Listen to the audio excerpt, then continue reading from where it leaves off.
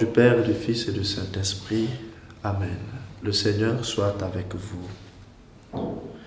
Esprit Saint, que ma volonté soit toujours conforme à la volonté divine et que toute ma vie soit une imitation fidèle de la vie et des vertus de notre Seigneur et Sauveur Jésus-Christ, à qui avec le Père et vous soit honneur et gloire à jamais.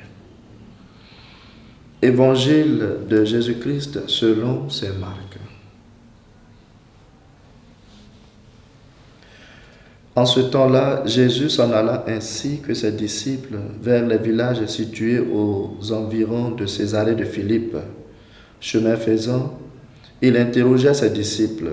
« Au dire des gens, qui suis-je » Ils lui répondirent.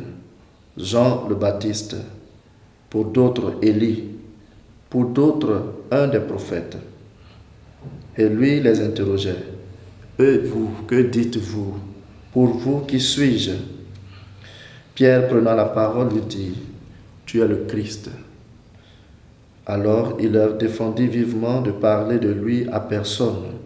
Il commença à leur enseigner qu'il fallait que le Fils de l'homme souffre beaucoup, qu'il soit rejeté par les anciens, les grands prêtres et les scribes, qu'il soit tué et que 3 jours après il ressuscite.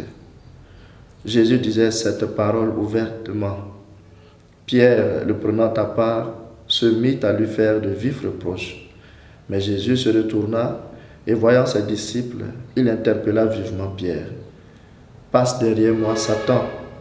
Tes pensées ne sont pas celles de Dieu, mais celles des hommes. » Acclamons la parole de Dieu. L'évangile d'aujourd'hui nous parle de Jésus qui, à un moment donné de son activité, interroge ses disciples sur son identité.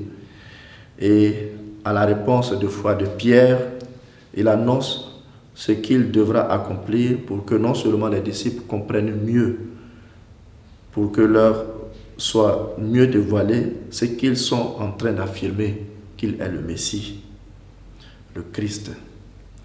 En résumé, il devra passer par l'abaissement, par la souffrance et par la croix, puis la mort et ressusciter, et que les disciples commencent à mieux comprendre son message et sa messianité.